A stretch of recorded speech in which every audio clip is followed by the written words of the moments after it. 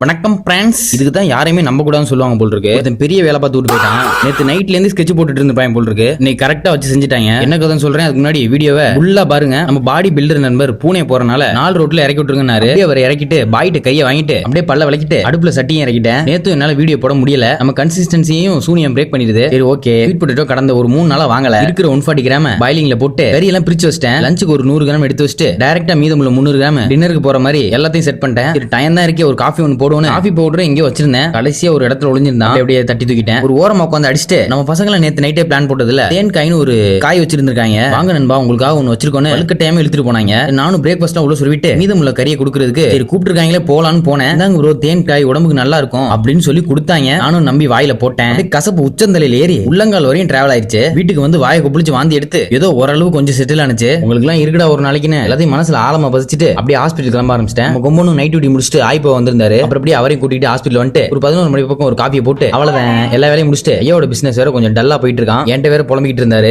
என்னோட முடிஞ்ச அளவுக்கு டெய்லி வாழைப்பழம் வாங்கிடுறேன். அப்படியே அதை வாங்கிட்டு வீட்டுக்கு வந்துட்டு நான் மறைமுகமா 4 நாள் பாக்ஸிங் பிராக்டிஸ் பண்ணிட்டு இருந்தேன். சரி இன்னைக்கு ரெஸ்டே தானே, ஒரு ஆக்டிவ் ரெஸ்டேவா இருக்கட்டும் மாடிக்கு வந்து கொஞ்சம் கொஞ்சம் பிராக்டிஸ் பண்ணிட்டு எனக்கு பக்கத்துல நிக்கிறாருல ஒரு 7 வருஷமா இந்த பாக்ஸிங் ஃபீல்ட்ல இருக்கா. அப்படி நேஷனல் லெவல்லாம் போயிருக்கான். ஒன்னு வச்சாலும் நின்னு பேசுற மாதிரி அடிக்கிறான். அப்படியே எல்லாத்தையும் முடிச்சுட்டு லாஸ்ட் மினிட் சொல்லிட்டு வீடியோ முடிச்சுட்டு நாளைக்கு போய்